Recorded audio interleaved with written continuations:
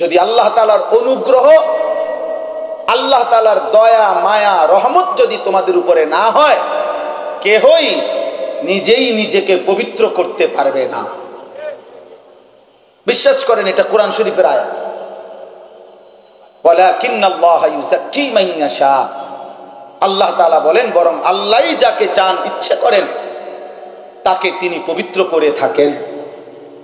তাহলে আল্লাহ দয়া করে যাকে ইচ্ছে করেন তিনি তাকে পবিত্র করে থাকেন, নিজে নিজে হয় না।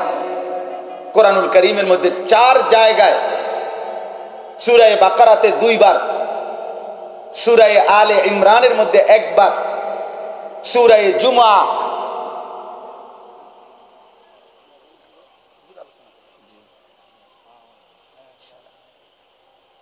সূরা জুমআর মধ্যে 1 বার, কোরআনুল কারীমে মোটে 4 বার আল্লাহ তাআলা এই কথাটা বলছেন যে আমি আমার নবী সাল্লাল্লাহু আলাইহি সাল্লামকে, প্রিয় নবী সাল্লাল্লাহু আলাইহি সাল্লামকে আল্লাহ তাআলা এই পৃথিবীতে কেন পাঠাইছেন, নবীজি কেন আসলেন পৃথিবীতে, 23 বছরে তিনি কি করলেন, আল্লাহ তাকে কেন পাঠাইলেন।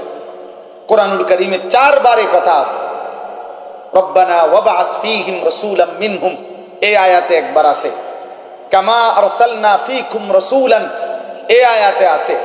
লাকাদ মান্নাল্লাহু আলাল মুমিনিনা ইয বাআসা ফীহিম রাসূলাম মিন আনফুসিহিম, এই আয়াতে আছে। হুয়াল্লাযী বাআসা ফিল উম্মিয়িনা রাসূলাম মিনহুম, এই আয়াতে আছে। 4 বার এই কথাটা আল্লাহ উল্লেখ করছে যে আমি আমার রাসূলকে এই পৃথিবীতে পাঠিয়েছি 3টি উদ্দেশ্যে। 1 নাম্বার ইয়াতলু আলাইহিম আয়াতিহি, কোরআনুল কারীমের বিশুদ্ধ তেলাওয়াত, কোরআনুল কারীমের তেলাওয়াত উম্মতকে শোনাবে, শিখাবে, এই মাকসাদে আমি আমার রাসূলকে পাঠিয়েছি। 2 ওয়ায়ুযাক্কিহিম, মানুষের অন্তরকে তিনি সমস্ত মন্দ আখলাক থেকে পবিত্র করে উত্তম আখলাক দ্বারা সাজিয়ে দেবেন, সুসজ্জিত করে দেবেন, পরিশুদ্ধ করে দিবেন, এই জন্য আমি আমার রাসূলকে পাঠিয়েছি। 3 নাম্বার ওয়ায়ুআল্লিমুহুমুল কিতাবা ওয়াল হিকমা, কোরআন এবং সুন্নাহর আলোকে তালিম মানে পুরা জিন্দেগি গঠন, হাসি কান্না আনন্দ বেদনা, আহার নিদ্রা ঘুম, দাঁড়ানো বসা চলা ফেরা, ঘর সংসার আচরণ, ব্যক্তিগত পারিবারিক সামাজিক বাজার ব্যবসা লেনদেন, জীবনের প্রতিটা অংশ, প্রত্যেকটা নিঃশ্বাস নিঃশ্বাস পর্যন্ত কিভাবে ব্যয় করবে, পরিচালিত করবে, কোরআন সুন্নাহর আলোকে সেই তালিম, সেই প্র্যাকটিক্যাল শিখিয়ে দেওয়ার জন্য আমি আমার রাসূলকে পাঠিয়েছি। এজন্য আল্লাহর নবী সাল্লাল্লাহু আলাইহি সাল্লাম যখন পানি পান করতেন তো আল্লাহর নবী সাল্লাল্লাহু আলাইহি সাল্লামের সাহাবীরা বর্ণনা করছেন লা ইয়াতানাফফাসু ফিল ইনা, তিনি গ্লাসের মধ্যে নিঃশ্বাস ফেলতেন না। আল্লাহর নবী সাল্লাল্লাহু আলাইহি সাল্লাম 3 নিঃশ্বাসে, কমপক্ষে 3 ঢোকে মানে 3 নিঃশ্বাসে পানি পান করতেন, আর প্রতিটা নিঃশ্বাস গ্লাসের বাইরে ফেলতেন। তাইলে বুঝাইছে উম্মত, আমি তোমাদেরকে প্রতিটা নিঃশ্বাস কেমনে ফেলবা এই নিঃশ্বাসটা পর্যন্ত ঠিক করে দিয়ে গেলাম, নিঃশ্বাস পর্যন্ত ঠিক করে দিয়ে গেলাম। তারাকতুকুম মুহাজ্জাতান বাইদা, নবী সাল্লাল্লাহু আলাইহি সাল্লাম বলেন আলোকিত ধবধবে সূর্যের প্রখর আলো বিশিষ্ট এক দিন, যে আলোতে কোনো মেঘ নাই, দাগ নাই, কোন রকমের কালিমা নাই, একদম ফকফকা, একদম উজ্জ্বল আলোকিত সূর্যের একটি দিন যেরকম হয়, আমি রাসূল সাল্লাল্লাহু আলাইহি সাল্লাম বলেন আমি রাসূল তোমাদেরকে এরকম একটি আলোকিত দিনের উপরে রেখে গেলাম। ওয়াল্লাহু ওয়াসিউন আলীম।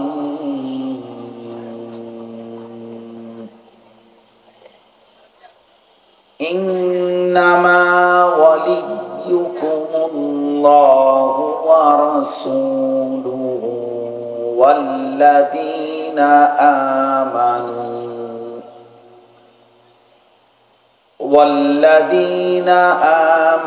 الذين يقيمون الصلاة ويؤتون الزكاة وهم راكعون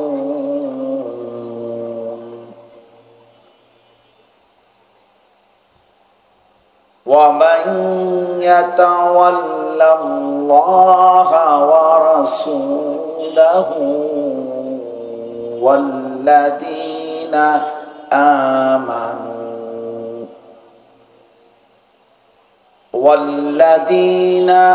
آمنوا فإن حزب الله هم الغالبون صدق الله مولانا العظيم وقال نبينا صلى الله عليه وسلم قال الله عز وجل يقول الله عز وجل أين المتحابون بجلالي اليوم أظلهم في ظلي يوم لا ظل إلا ظلي اللهم صل على محمد وعلى آل محمد كما صليت على إبراهيم وعلى آل إبراهيم إنك حميد مجيد اللهم بارك على محمد وعلى آل محمد كما باركت على إبراهيم وعلى آل إبراهيم إنك حميد مجيد سبحانك لا علم لنا إلا ما علمتنا إنك أنت العليم الحكيم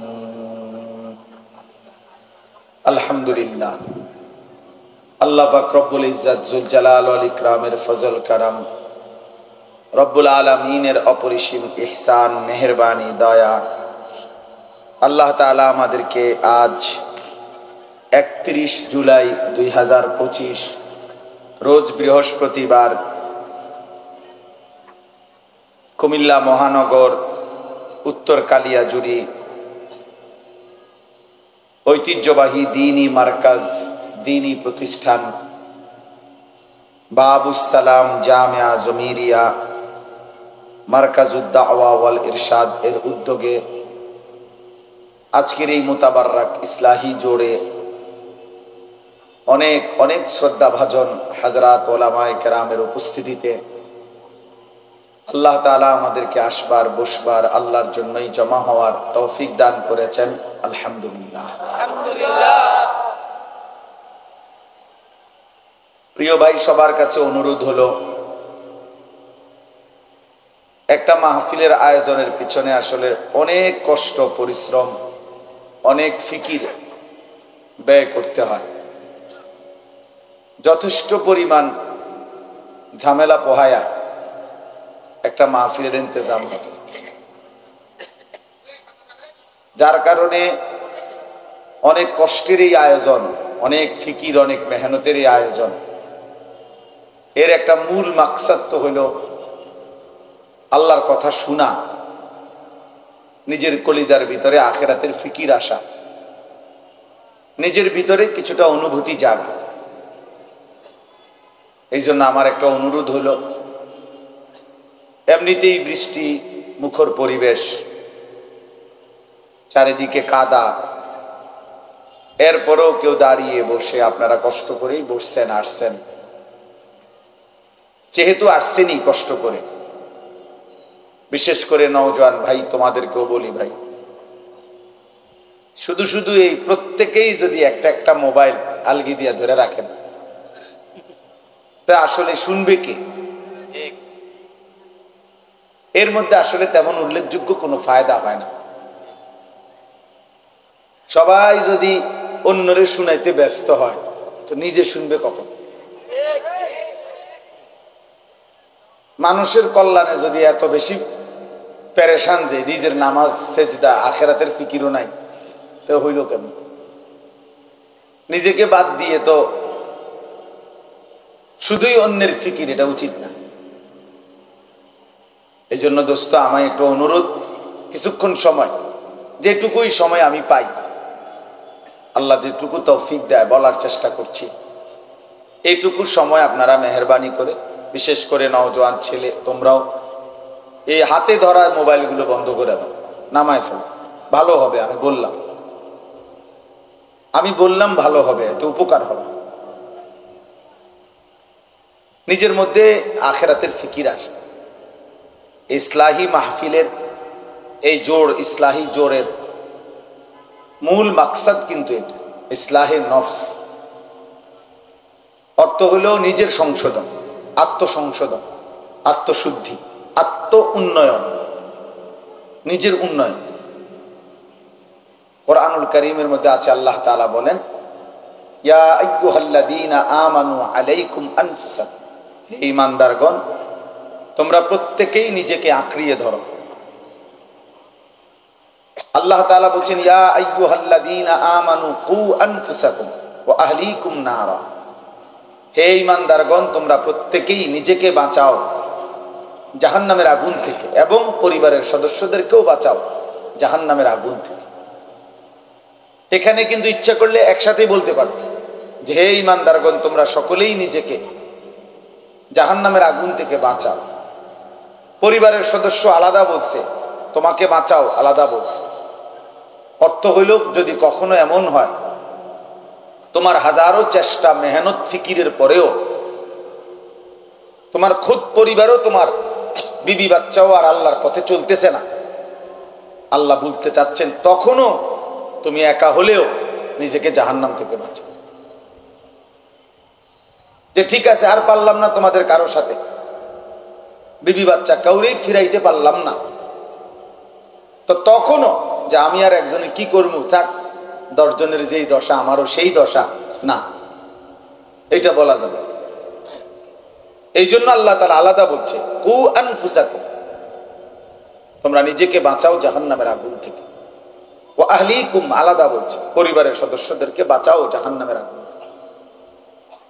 তার মানে কেউ যদি না আসে তো একাই আল্লাহর দ্বীনের উপরে থাকো, নিজেকে বাদ দেওয়ার সুযোগ নেই, নিজেকে ভুলে যাওয়ার কোনো সুযোগ নেই,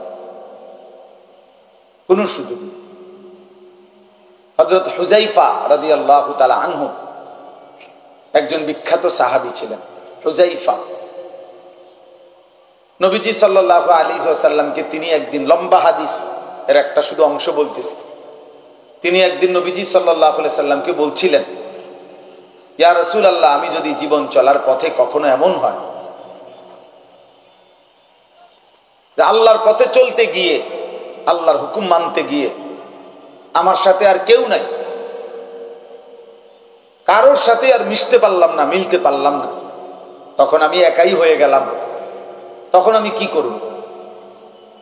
আল্লাহর নবী সাল্লাল্লাহু আলাইহি ওয়াসাল্লাম বলছেন, ফাতাজিলিল ফিরাকা কুল্লাহা, তাহলে সব দল মতবাদ তখন সব ছেড়ে দাও। ওয়ালাউ আন তাআদ্দা বিআসলি শাজারাতিন, আর তুমি প্রয়োজনে একাই গাছের গোড়ালি, শিকড় কামড়াইয়া, মাড়ির দাঁত দিয়া কামড়াইয়া, আঁকড়াইয়া ধরে হলো আল্লাহর দ্বীনের উপরে থাকো, একাই থাকো, একাই থাকো। ওয়া আনতা আলা দীনিক, তুমি তোমার দ্বীনের উপরে থাকো। তাহলে কি বোঝা গেল?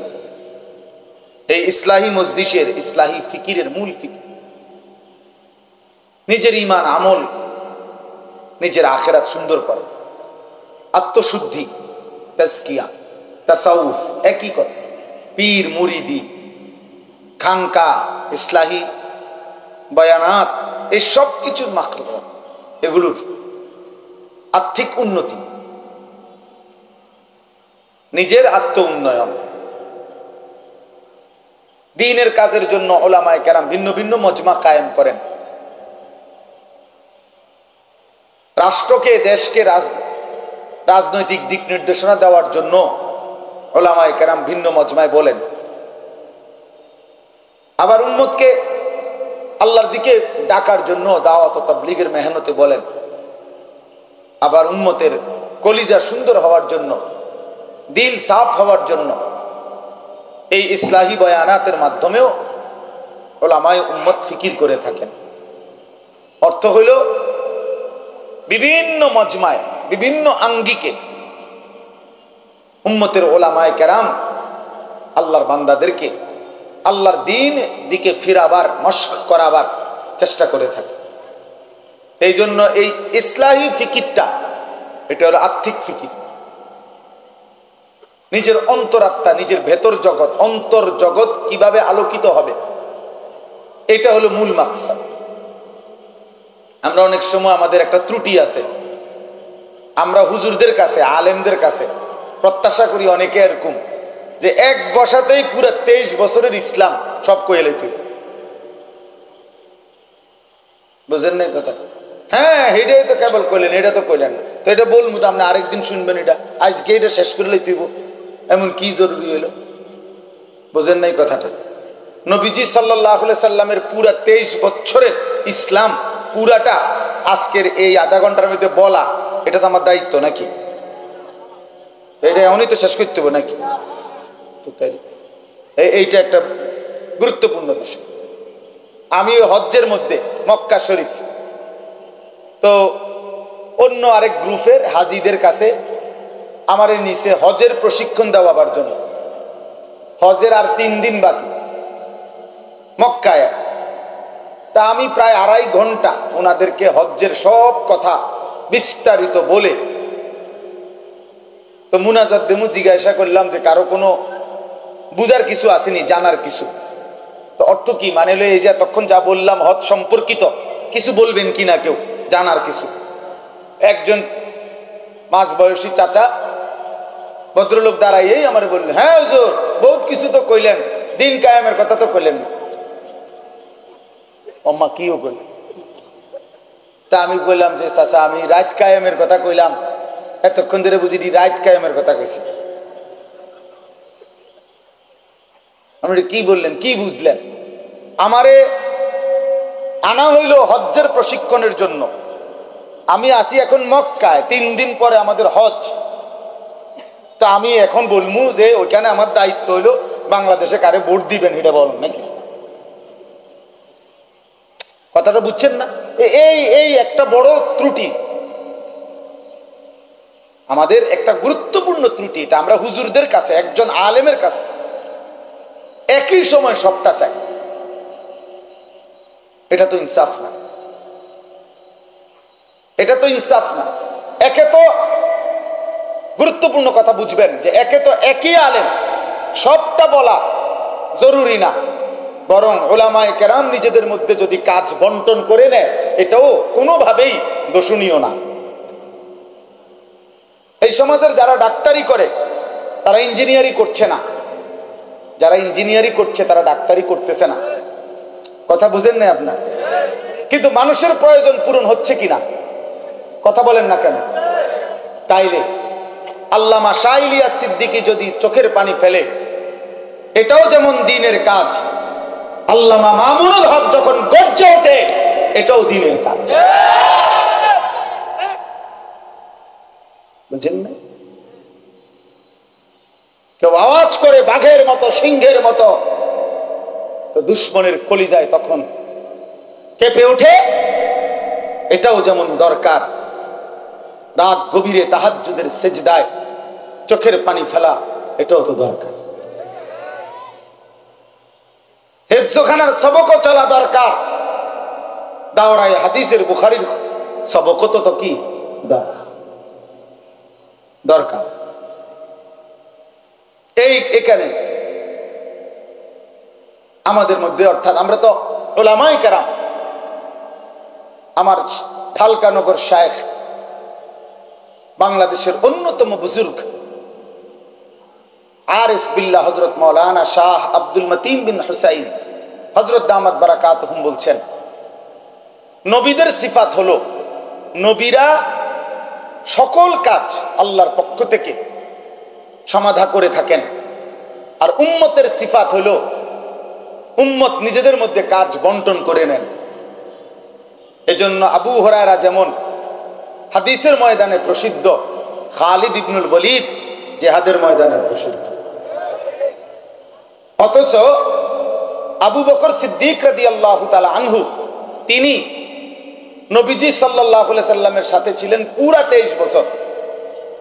আবু হুরায়রা রাদিয়াল্লাহু তাআলা আনহু নবীজির সাথে ছিলেন 4 বছর। 4 বছর। তাহলে আবু হুরায়রা ছিলেন কয় বছর? আবু বকর সিদ্দিক ছিলেন কয় বছর? তাইলে স্বাভাবিক যুক্তিতে হাদিস বর্ণনা বেশি করার কথা কে? বুঝেন না আমার কথা? যুক্তি বলেন। যিনি 23 বছর ছিলেন উনি তো বেশি হাদিস বর্ণনা করার কথা। তিনি তো রাসূলুল্লাহ সাল্লাল্লাহু আলাইহি ওয়াসাল্লামের সফরে হজরে, অর্থাৎ তিনি ঘরে এবং বাইরের সফরে সবসময় ছিলেন। একাকিত্বে যখন 3 রাত গারে সৌরের মধ্যে হিজরতের সময় ওই গুহার মধ্যে একাকী ছিলেন, তখনও আবু বকর সাথে ছিলেন। যখন আর কেউ ছিল না তখনও তিনি একা ছিলেন। কিন্তু 4 বছরের সংস্রবপ্রাপ্ত আবু হুরায়রা হাদিস বর্ণনা করছেন বেশি।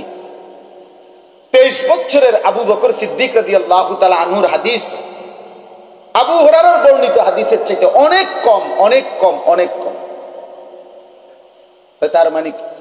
তার মানে আবু বকর সিদ্দিক একদিকে সামলাইছেন, আবু হুরায়রা আরেক দিক সামলাইছেন। কথা বুঝছেন কিনা বলেন? এই জন্য বললাম ভাই, ইসলাহি মজলিসের ক্ষেত্রে এটা একটা, ওই যে কিছু মানুষ আছে যে আরে তসবিহ লইয়া বইয়া থাকলে হইতো না, তো কি লইয়া বইতো? বালতি লইয়া।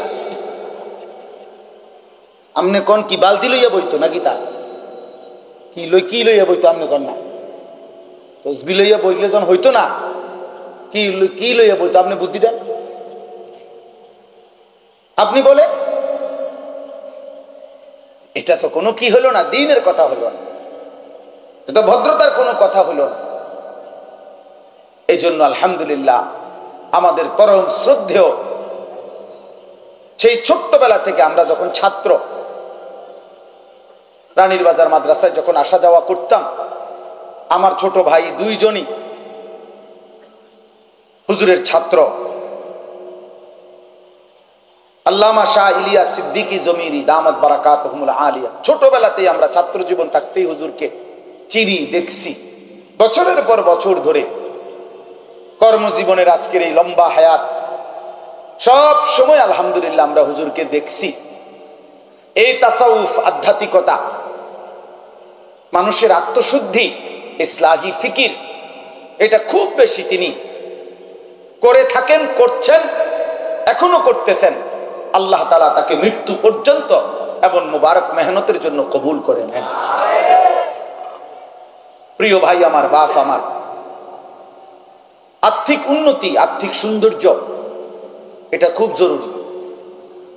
কোরআনুল কারীমের মধ্যে আল্লাহ তাআলা বলছে কাদ আফলাহা মান তাযাক্কা, যে তার অন্তরকে পবিত্র করেছে সেই সফল হয়েছে। আর কোরআনের ভাষায় সফলতা মানে জান্নাত পাওয়া। ফামান যুহজিহা আনিন নার ওয়া উদখিলাল জান্নাতা ফাকাদ ফাজা। সরাসরি কোরআনে আল্লাহ বলছে, যাকে জাহান্নাম থেকে মুক্তি দেয়া হলো এবং যাকে জান্নাতে প্রবেশ করানো হলো, ফাকাদ ফাজা, সেই কেবল সফল হলো। তাহলে কোরআনের ভাষায়, ইসলামের ভাষায় সফলতা জান্নাত পাওয়া। সফলতা কি পাওয়া বলেন না? জান্নাত পাওয়া। তো আল্লাহ তাআলা বলেন কাদ আফলাহা মান তাযাক্কা, যে তার অন্তরকে পবিত্র করেছে সে সফল হয়েছে, মানে জান্নাত পেয়েছে। তাহলে জান্নাত পাওয়ার জন্য অন্তর পবিত্র রাখা, দিল সাফ করা, এটার উপরে মেহনত, চেষ্টা করা, এটার জন্য চেষ্টা তদবির করা, এটা জরুরি। কোরআনুল কারীমের মধ্যে আল্লাহ তাআলা সবচেয়ে বেশি কসম করছেন যে কথা বলার জন্য, সেটা হলো এই অন্তর পবিত্র করার জন্য, এই মেহনতের জন্য। কোরআন শরীফে বহু কথা বলার জন্য আল্লাহ নিজে কসম করছে, কসম বিভিন্ন জিনিসের। ওয়াত্তিন ওয়াজ্জাইতুন ওয়াতুরে সিনিন ওয়া হাদাল বালাদিল আমিন, এগুলা কসম। ওয়াদ-দুহা ওয়াল-লাইলি ইযা সাজা, এগুলা কসম। লা উকসিমু বিহাদাল বালাদ ওয়া আনতা হিল্লুম বিহাদাল বালাদ এগুলা কসম। এরকম কসম আছে কোরআনে, আল্লাহ কসম করে করে বিভিন্ন জিনিসের আল্লাহ বিভিন্ন কথা বলছেন। কোথাও একটা কসম করছে, দুইটা, তিনটা, চারটা, কিন্তু কোরআনুল কারীমে আল্লাহ তাআলা একসাথে 14টা কসম করছেন এক জায়গায়। 14টি কসম করে ধারাবাহিক 14টা কসম করে এরপরে আল্লাহ বলছেন কাদ আফলাহা মান যাক্কাহা, যে তার অন্তরকে পবিত্র করেছে সে সফল হয়েছে। আল্লাহ বলেন এই কথাটা বলার জন্য আমি 14টি কসম করলাম। ওয়াশ-শামসি ওয়া দুহাহা ওয়াল কমারি ইযা তালাহা ওয়ান নাহারি ইযা জাল্লাহা। এই সূরা, এখানে প্রতিটার মধ্যে দুইটা দুইটা কসম আছে।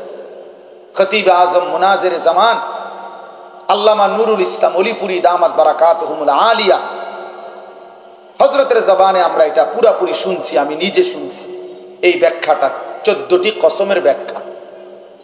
তাহলে বলতেছিলাম কাদ আফলাহা মান যাক্কাহা, অন্তরকে পবিত্র করা, অন্তরকে পবিত্র করা কারো মাধ্যমে, কারো তত্ত্বাবধানে, কারো কাছে নিজেকে সুপুর্দ করার মাধ্যমে নিজের দিল সাফ করা, নিজের অন্তরকে অসংখ্য মন্দ অভ্যাস, কুরিপু, বদ আখলাক থেকে পবিত্র করে উত্তম অভ্যাস, উত্তম আখলাক দ্বারা সুসজ্জিত করা।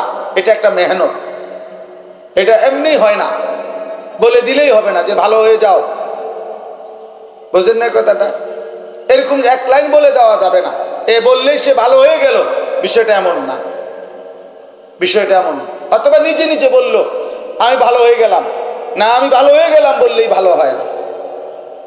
কোরআনুল কারীমের মধ্যে আছে আল্লাহ তাআলা বলছেন ওয়ালাউলা ফাদলুল্লাহি আলাইকুম ওয়া রাহমাতুহু মা যাকা মিনকুম মিন আহাদিন আবাদা। সূরা নূরের মধ্যে আল্লাহ বলেন,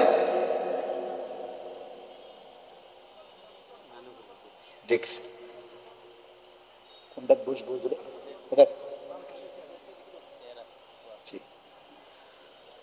আল্লাহ তাআলা বলেন ওয়ালাউলা ফাদলুল্লাহি আলাইকুম ওয়া রাহমাতুহু মা যাকা মিনকুম মিন আহাদিন আবাদা। যদি আল্লাহ তাআলার অনুগ্রহ, আল্লাহ তাআলার দয়া, মায়া, রহমত যদি তোমাদের উপরে না হয়, কেহই নিজেই নিজেকে পবিত্র করতে পারবে না। বিশ্বাস করেন, এটা কোরআন শরীফের আয়াত। ওয়ালাকিন্নাল্লাহা ইউযাক্কি মান ইয়াশা। আল্লাহ তাআলা বলেন বরং আল্লাহই যাকে চান, ইচ্ছে করেন তাকে তিনি পবিত্র করে থাকেন।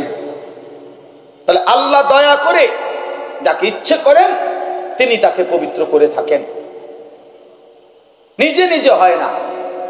কোরআনুল কারীমের মধ্যে 4 জায়গায়, সূরা বাকারাতে 2 বার, সূরা আলে ইমরানের মধ্যে 1 বার, সূরা জুমআ,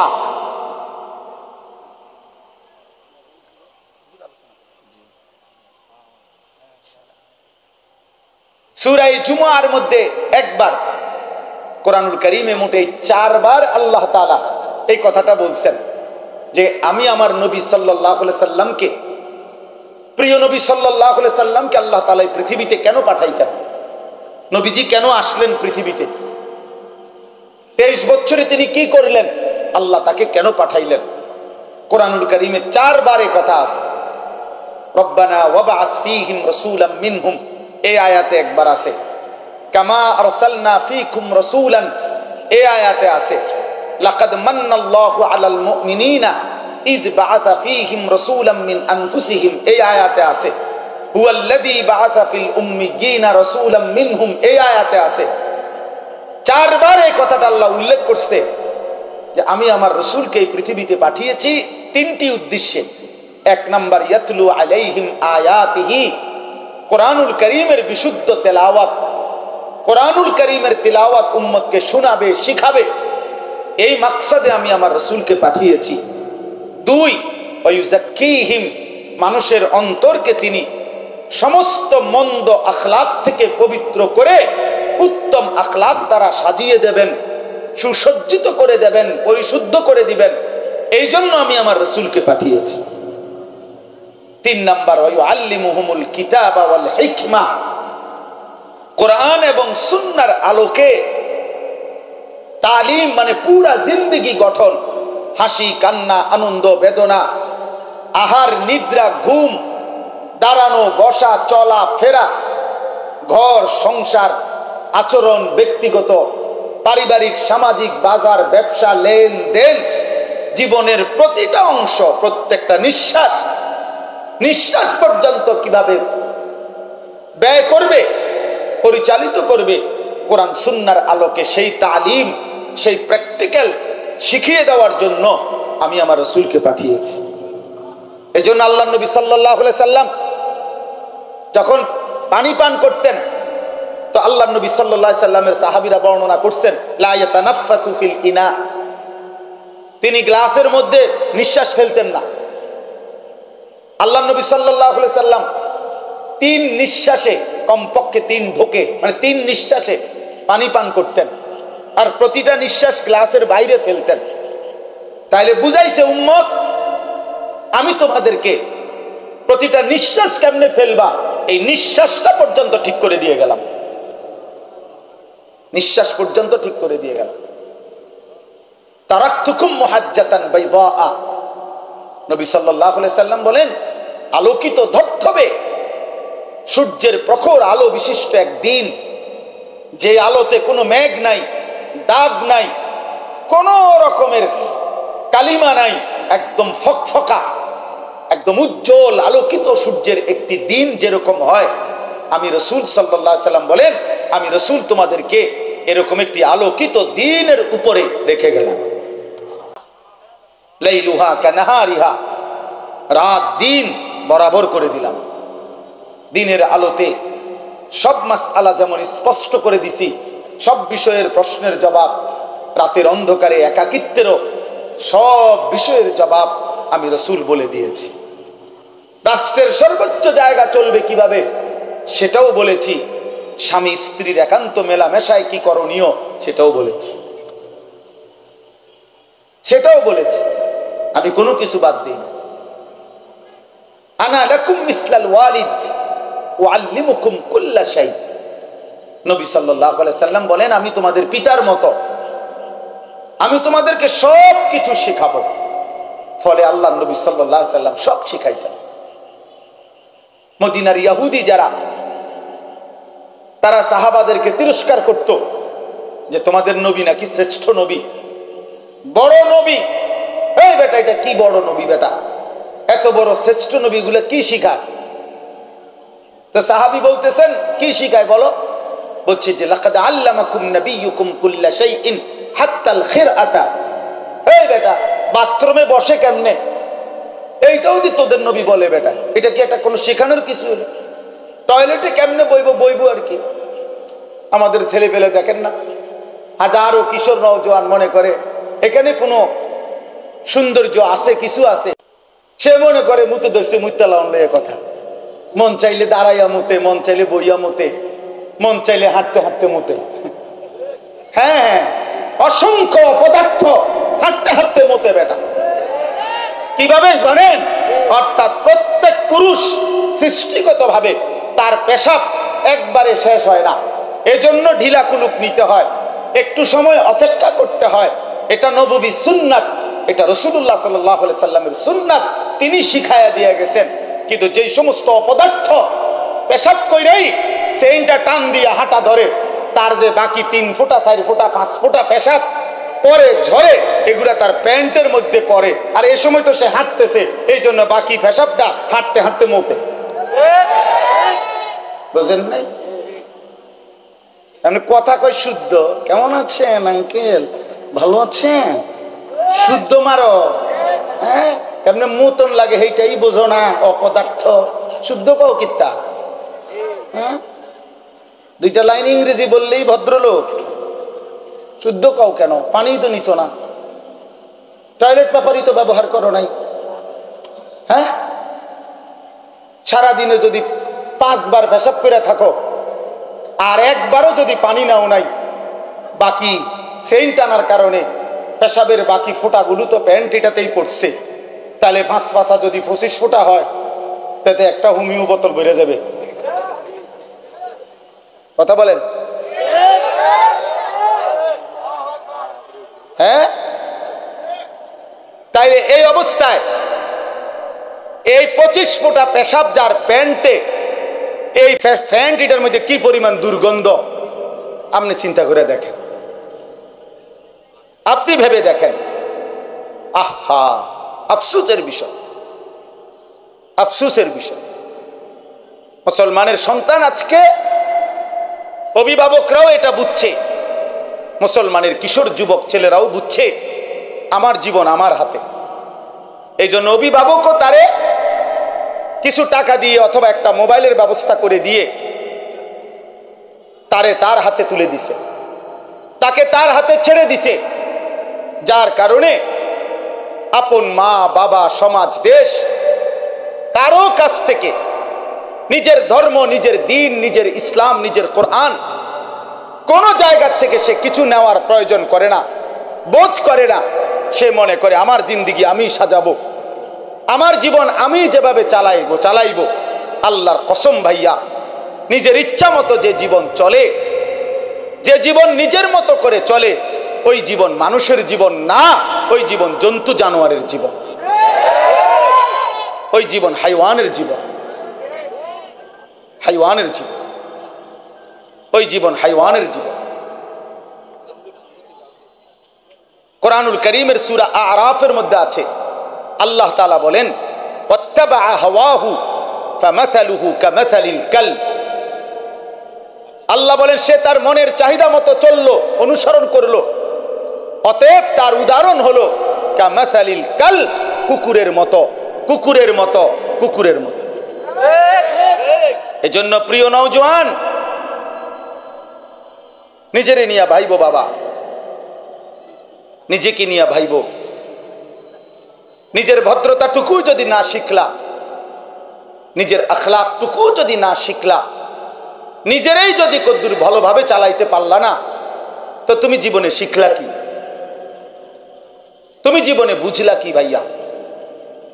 এজন্য বলতেছিলাম, ওই ইহুদিরা বলল যে তোমাদের নবী মুহাম্মদ দেখি কেমনে বসতে হয় বাথরুমে, পেশাব পায়খানায়, এটা পর্যন্ত শিখাচ্ছে, এগুলো কি বলার বিষয় নাকি? তখন সাহাবী চিৎকার দিয়ে উচ্চ কণ্ঠে বলছে, আজাল, হ বেটা, এটা আমাদের নবী শিখাইছে আমাদেরকে। তখন তিনি বললেন যে শোনো,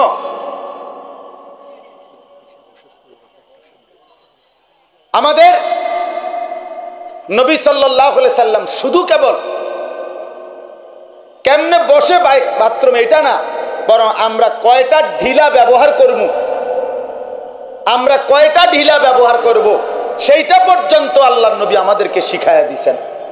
তার মানে তিনি এর দ্বারা লজ্জাবোধ করে নাই সাহাবী, বরং তিনি আরো উৎসাহের সাথে বলছে, হ্যাঁ, তিনি আমাদের এমন নবী যিনি আমাদেরকে বিন্দু বিসর্গ শিখাইয়া দিয়েছেন। সুবহানাল্লাহ। আমার ভাই, আমার মাঝখানের কথাটাই শুধু বলার উদ্দেশ্য ছিল।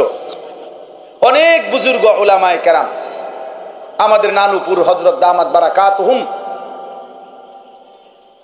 এত বড় মহান বুজুর্গ এখানে বসা আছেন। বাংলাদেশের প্রখ্যাত আলেমে দ্বীন, প্রখ্যাত ওয়াইস, সারা পৃথিবী খ্যাত ওয়াইস হযরত মাওলানা হাফিজুর রহমান সিদ্দিকী দামাত বারাকাতুহুমুল আলিয়া, তিনি অনেক আগেই এসেছেন, বিশ্রামে আছেন, কিছুক্ষণের মধ্যে ইনশাআল্লাহ চলে আসবেন। অতএব আমি মূলত লম্বা বয়ান করতে চাই না,